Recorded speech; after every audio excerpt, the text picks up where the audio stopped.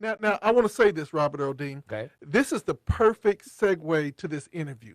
Oh yes. You know what I'm saying? Because today we got one of the purtiest, I have to use that, gotta get country. One of the purtiest track Athletic. star, athletic, Yes. Mentor. yeah, come on, get some good Yes. word. Inspirational. Leader, Yes. you know, wife, Yes. friend, Yes. sister, Yes. just real down to earth homegirl. Yes. Who do we got with us today, brother Robert? Well, I'm going to share some stuff with you all. Share. She's in her 12th season at the head of San Diego State's cross country, track and field. Uh-huh.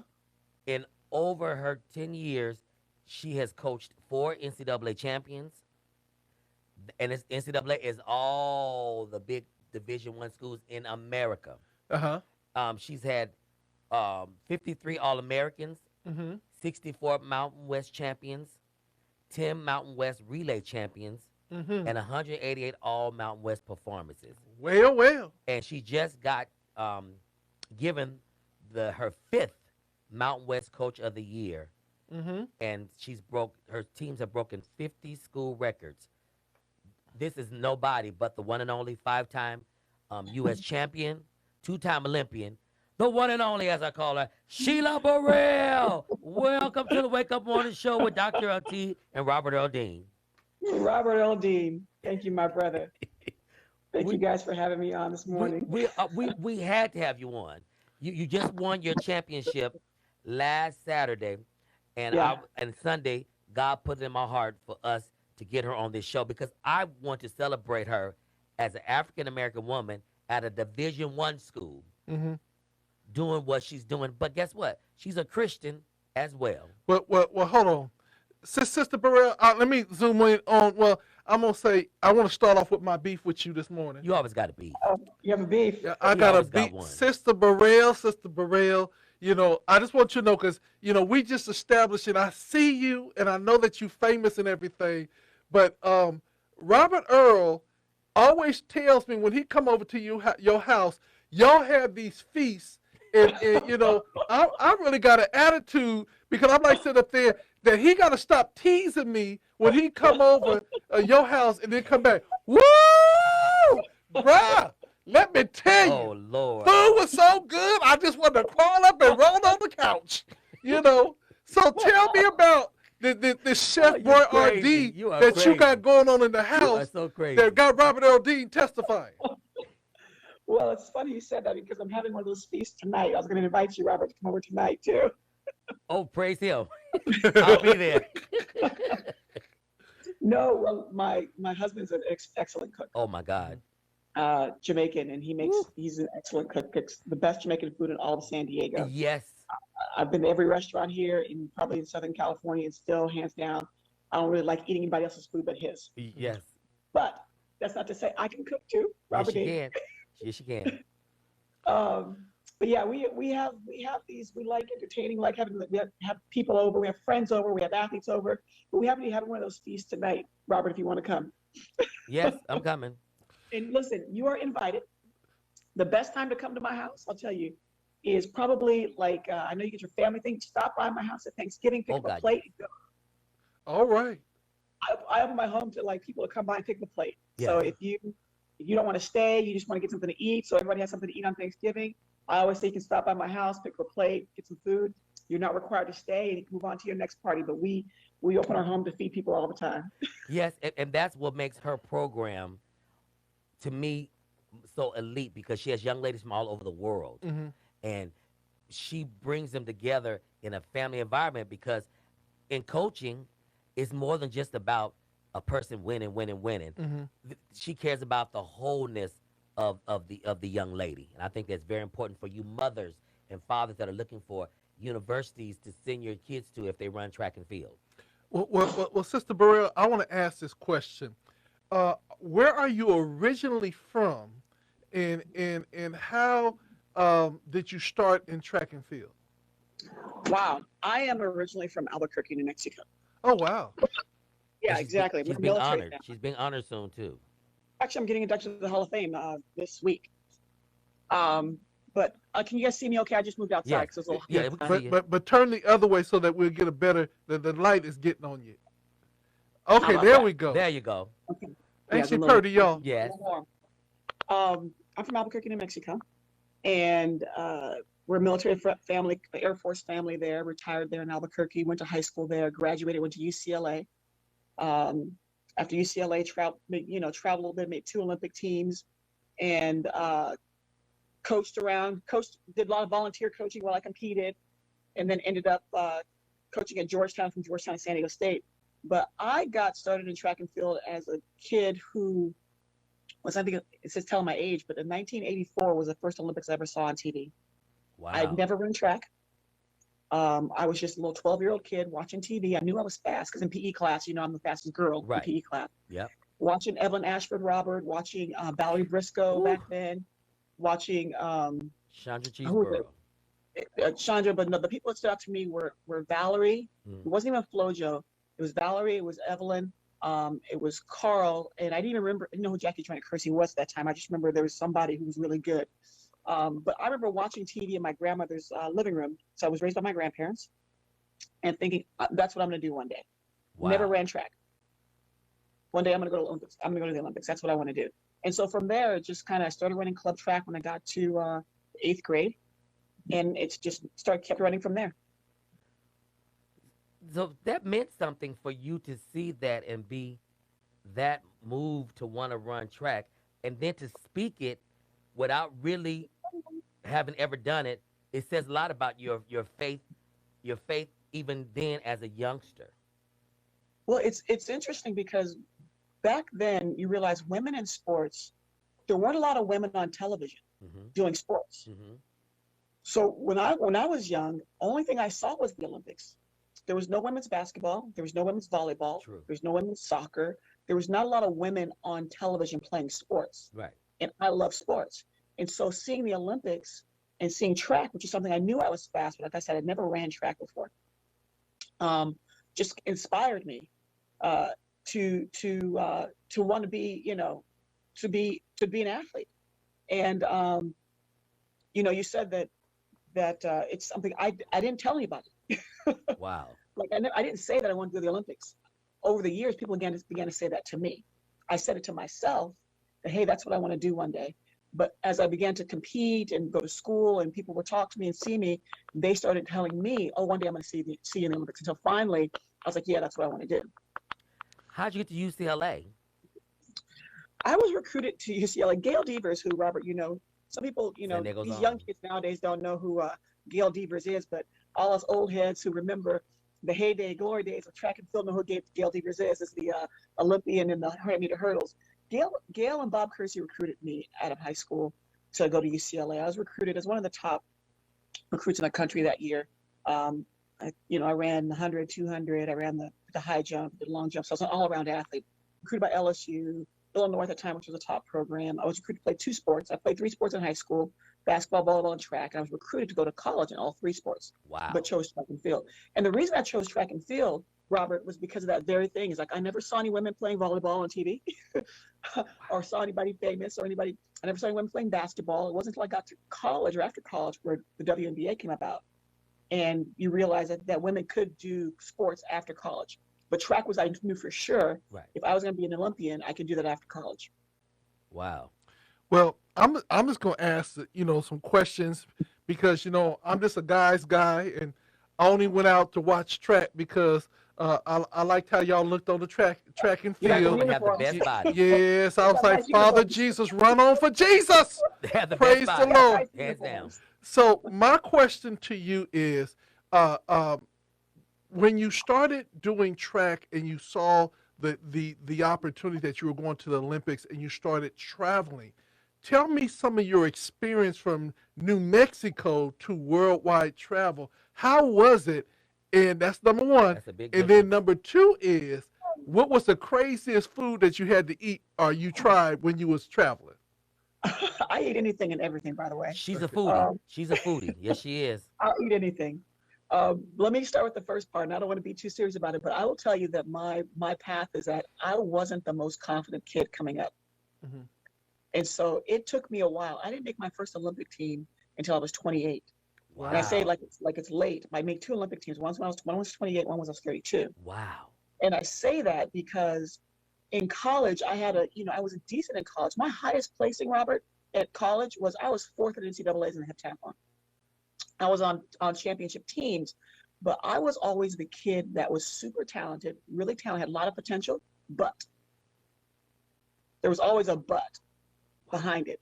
Wow. And so in college, it was one of those things where I just didn't, I'm going to be honest with you, I just didn't believe enough. Mm-hmm. Wow. And, but when I graduated college and I made my first Olympic team, of all the years I was at university, in my 4 years of college, there was only 3 of us that made an Olympic team, and I was one of them. It was me, Susie Powell, a thrower, and Amy Acuff that I went to college with that made Olympic teams. Wow. And I was not, and I will tell you, I was not the most talented person on my team at UCLA. I was not the star. I was a team captain my senior year, all those things. I had leadership qualities, but I was not the the superstar in college. I was just the person that worked hard and just refused to give up. That's I had important. I had a saying back then that's impossible to fail at something unless you quit. So I just refused to quit after college, no matter what my trials, tribulations, no matter how people who I coached with, my lifestyle was like, all of that. I just refused to quit. So, that transition took me a little bit longer than some people, Mm-hmm. because I just had to deal with my own, Insecurity. confidence issues, Mm-hmm. in coaching, finding a coach who believed in me and those types of things. And then, being able to travel, I was a kid who always knew I would travel though. When I was young, I was like, I'm going to major in international business just so I could travel. Mm-hmm. I love traveling. I love seeing the world. The first time I ate snails, escargot. Ugh. First time I ate snails was in France. I was in Bordeaux, Mm. France. I am the person that would try anything. I'm crazy enough. I'm the person that would try anything. I would jump out of airplanes, all that kind of stuff. I'm one of those. Wow. So, how did you get your first coaching job? How did you start then transitioning from a professional athlete into going into the college rankings?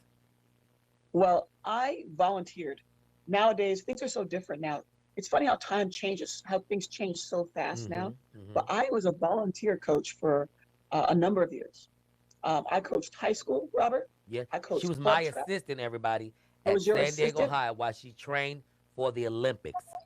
I was living at the Olympic Training Center. I was your assistant for Yep. a year. I coached club track. Yep. I coached junior Mesa, college. Mesa I College. coached at Mesa College here Mhm. in San Diego. Mm-hmm. Coached Mesa College. I coached professional athletes, and I coached collegiate athletes. And so I always knew I wanted to coach. Actually, I didn't know I wanted to coach. I wanted to be a teacher. So when I went to college, I thought I was going to get my PhD and become a professor. So I wanted to teach young people. And so coaching to me is like teaching. So I get to coach in the collegiate environment. Yes. And still work with young. But I was always the athlete. I was a personal trainer in college. I used to teach, these rich women in Brentwood, California, how to sprint on the track. So I was coaching a long time, and then made that transition by being a volunteer first at Northridge University in LA. Right. So I was in LA for 14 years. Northridge. Then I went on to Kansas State and volunteered at Kansas State. Kansas State, I actually coached and competed, made 2 Olympic teams. I just took the year off during Olympic years, not just coach. And then got my first coaching job at Georgetown University after I retired from track and field. Wow. Yes. One of the things about it is that shout out to San Diego State that you're at now. Go Aztecs! I'm an alumni, so got to show that love. Aztec for life. I want to ask the question: when did you meet the famous cook that I ain't been able to eat his food yet? Yes. When did you meet him? How did you meet him? And what was his first words when he met you? I don't know if I want to go too deep into that story, but he's a coach. Okay. And so I happened to be recruiting one of his athletes. I was living in DC, Mhm. and he was in Baltimore. And one of my top, Amanda Kimbers, I was recruiting one of his top sprinters. And my husband loves to talk track. And Yes. he would call me and talk track for hours. And we weren't talking about anything, just hours. To the point where I was falling asleep on the phone, because he could talk about everything about track and field. And so it's like very interesting because our friendship was always track based, Mm-hmm. and then just sort of eventually grew from there. but he's a good guy, right, Robert? Yes, he is He's nice good. because when I'm be honest, before she got married, Sheila and I used to go everywhere together. Mhm. My sister and brother would go everywhere. I've gone to Hollywood stuff with her. I've gone to Olympic stuff with her, and I was when she said she was gonna get married, I was like, she get married? I did, and I'm gonna be honest and transparent. I was like, oh man, they're gonna me and Sheila. But I love him. He's a brother to me. Mhm. He's a confidant. I can talk to him about anything. He genuinely loves me for who I am. They both do. And it's rare that you're around people who have the same interests because him and I talk track. She don't like to talk track once we get through track. Mhm. Him and I still we talk track, we talk stats. Mhm. I mean, so it's wonderful. So I thank God that she married him because at first I was kind of leery. I never told her, but I was like, oh Lord, there go my sister. There go my friend. Right, right, right. Yeah, yeah. Now, Sheila, talk about you being a Christian because you didn't grow up in church like a lot of us. No, I didn't. At least it wasn't. We went to church on holidays. It wasn't something that the whole concept of having a relationship with Christ was never a part of my upbringing, and even in my college experience or Right. even my young adult experience. I actually didn't come to Christ until I was 26, 27 years old. Mhm. And I say until, and that just happened to be a, a bunch of circumstances that forced me to acknowledge that, I needed Christ in my life. Right. And so I had gone through I was never serious. This thing, Robert, I was never single when I was young. During my young adult life, I was always dating somebody. And it came to one point in time where, I found myself single. And I found myself single because of Jesus. Someone said that, I'm going to dedicate my life to Christ. I'm like, so why can't you be with Christ and me at the same time? Right. What's the problem? I'm amazing. Right. And so that really made me begin to question a lot of my life. My brother had passed away during that time too, Mhm. during that phase. And so my brother had passed away, and I began to wonder, where is he? My brother had was a young black male having a young American young black male experience, trying to stay out of trouble and all that kind of stuff. Ended up getting killed. Wow. And so during that time, I'm like, okay, now what happened and where is he? I began to have all these questions about, my life, my lifestyle, and what I was doing. And so it took me, I left LA after being there for 14 years, and God placed me in Kansas, Of all Manhattan, places. Oh Kansas. Lord, Dorothy. Yes. And I went there to train with a specific coach. And I don't know what I was doing in Kansas, Robert, but I got to Kansas for at least 2 years. I was like, what am I doing here? Because there's nothing in Kansas. And I came from LA. I was in LA living a Yeah. very, Yeah. living the LA life. Hollywood life. And everything just got real quiet. Like there was nothing going on in Kansas. And so it got real quiet, and I began to really do a lot of, reading and introspecting, talking, and started going to church. And I got saved in LA, but started going to church and started taking my relationship a little more seriously. And I lived alone and spent a lot of time reading and learning. Wow. Wow. Well, one of the things that I love about you is that your reputation precedes you. Yes, it does. Every time that we see you or hear you, it's always presented with class and Hmm. honor, and that you represent the track and field to the nth degree. Um, Tell us what's up next for you, besides tonight in the feast, where our program director just hollered, I want to come taste the food too, but uh, what's up next for you, being that you just won Mountain West and you just doing all this fabulous stuff. What's up next? Can I, can, So before that, go ahead, Sheila, Robert. let's take him in the audience through last week because I watched on the laptop. Well, let me tell you, this pandemic. Let me talk about the pandemic Yes. first of all. This pandemic has been really, really, really hard on young people Yes, Mhm. ma'am. in particular. I will say that even myself, at one point during this pandemic, working at a university, I was like, I don't even like my job anymore because there was just so much restriction, so much frustration, and so many limitations um, that these young people have been severely, impacted by this pandemic Yes. from a mental health standpoint. Mm-hmm. So I coach only women. I have 50 women on my team. Wow. And I lost 6 athletes who opted out of the season, all of them Top point scores. top And I athlete. probably had 3 athletes that opted out because of mental health issues. Mm. And we have athletes that stayed that still are having anxiety attacks and still Mm. dealing with mental health issues Jesus. because of, what this pandemic presented with the separation, the isolation, Mm-hmm. and just the frustrations of not being able to socialize. And, our kids were really good and they couldn't go out. Like, don't go to parties, stay at home. Right. Don't go work out on your own. Right. Don't do the things that are naturally you. Stay together, and that's it. And so that was really, really hard. And then having to be in a university system where, in California in particular, where we couldn't do anything, Robert, you know that. Couldn't do nothing. We couldn't lift weights. We had to you can only practice this amount of time for this, this many days.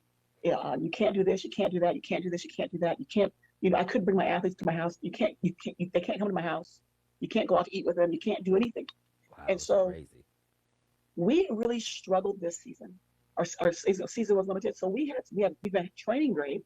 We really struggled this season. So we got to conference, and I was like, okay, we could possibly win. It's Right. Us, this team, that team, that team. If we have a great meet, we can finish in the top 3. Top We 3. finish in the top 3. After day 1, I always have the same mantra: if you're supposed to win, win, and if you're supposed to score, score. The most important thing about a team championship in track and field is that you beat people. Yes. And so we went through the prelims and qualified a good number of people. The second day, that morning, Robert, I had my morning speech.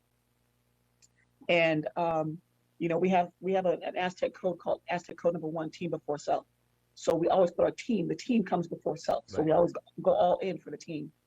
I said to them that morning, look, you guys, Colorado State is about, 60 points ahead of us. Yes. What we all do is go out swinging. We're just going to go out swinging and remind them who we are. We are Aztecs. This is our code. We overcome adversity. We're going to make sure we get ahead of. We're going to compete with class. All that stuff. Those kids, those athletes, got there the next day. We won the 4x1. Wasn't supposed to win. Right. I watched. We won the hurdles with a, almost. We're going to catch McKelvey. Maisha McKelvey, Robert Dean, Yes. hurdles, won the hurdles with PR. My little freshman Yes. won the 100 meters and beat one of the top sprinters in the country In the country. by like 300ths of a second. And after that, it was on. It was on. Every single one of my kids started. We won everything. Yeah. Like everybody stepped up. 205, and my athletes started to win. Once winning is contagious, the energy is contagious. Yes. We talk about that all the time. Like energy is everything. So once we started just getting this momentum going, it just caught fire. The whole team. We had people scoring, we had people winning. At the end of the meet, we beat Colorado State, not because they messed up, but because we dominated the meet. Yes. And it was one of those things where I posted on my Instagram, Robert, that this competition for us wasn't just about winning. Because of everything that we went through to get to this point, it was an experience that these kids and myself will remember for a very long time, because it wasn't just the win, it was overcoming everything that we had gone through. And there's some deep stuff that happens to young people in university. Yes. As a coach at San Diego for 12 years and of the universities, we don't realize, you see these athletes out there, what happens in their lives, Their regular lives. their regular lives. Yeah. And as a coach and as a mentor, as an educator, I try to make sure that I'm open enough for them to come and share, or for me to be to be an advocate for them, or to help them through whatever it is. These kids have been through some things. Oh, And yeah. for us to come here and win like that, I'm godly proud, extremely proud. And I watch video over and over, at least once, twice a day, where I watch the video. I'm extremely proud of them and how they represented the university, how they represented me, themselves, and their families, because that's who we are as Aztecs. We believe in honor. We believe in integrity. We believe in digging deep. We believe in team here. That's the kind of program that a mother or father will want to send their child to, because many of the Division I track programs, you're like a number. If you don't win, they kind of push you to the side. Mhm. She goes from the bottom up. Yeah, and one of the things I love about San Diego, we used to have a professional football team that we don't mention Oh, their we name did? anymore. We did? But I was a big proponent in giving the stadium to the Aztecs. Everything was already set up, and so your program that you're going to have, I think, is going to be even boosted up more I think and so too. more and more. If you were to say to the people today, how could they support you in your efforts at San Diego State? What would be the one thing or a couple of things you would ask them to do in supporting you and your team? That's a good question. That's a really good question. I think that, we are a quote unquote non-revenue sport, meaning football makes all the money. Hmm. What makes us relevant is visibility, Hmm. meaning that come out and support the competitions. We have a huge Aztec Invitational Oh, that yes. Robert helps out with. We Yes. have 2,000 athletes competing. USC comes, Oregon comes, a lot of major top Power 5 schools come. Yeah. Come out and support the program if you can by coming to a competition. And even on social media, follow us on social media, SDSU Track and Field on Instagram and on Facebook and on Twitter. And, like and comment. I think visibility is a big thing. Of course, financial support always goes a long way, but the visibility for us, um, it means something so that when I go to my AD, people know who we are. Hmm. Well, And it adds value and credibility to what we're out there doing. Well, I'll tell you, if you invite my camera crew out, we will take you live straight to social media, any page Yeah. that you want to be on, and we'll keep it live. If you need us to bring the drone out, we'll bring the drone out and hover over for you so you can get it live on social And we're in media. 21 countries now. Yeah. Robert, remind me of that because I have some ideas for that. Oh, now I will. Now, where's Monroe? Is he close by? He's upstairs. He's inside. He's Okay. upstairs. Well, we want to thank you so much for Yes.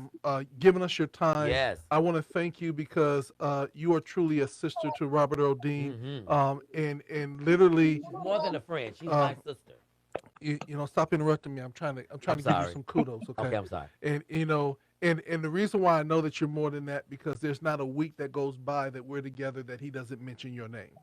And so it's very hard to find great people that are celebrities and icons in their own right, but are just good people and down to earth. So I salute you, my sister, for all that you do. I'm gonna say go Aztecs Yes. and Because congratulations they're going again. to regionals, bro.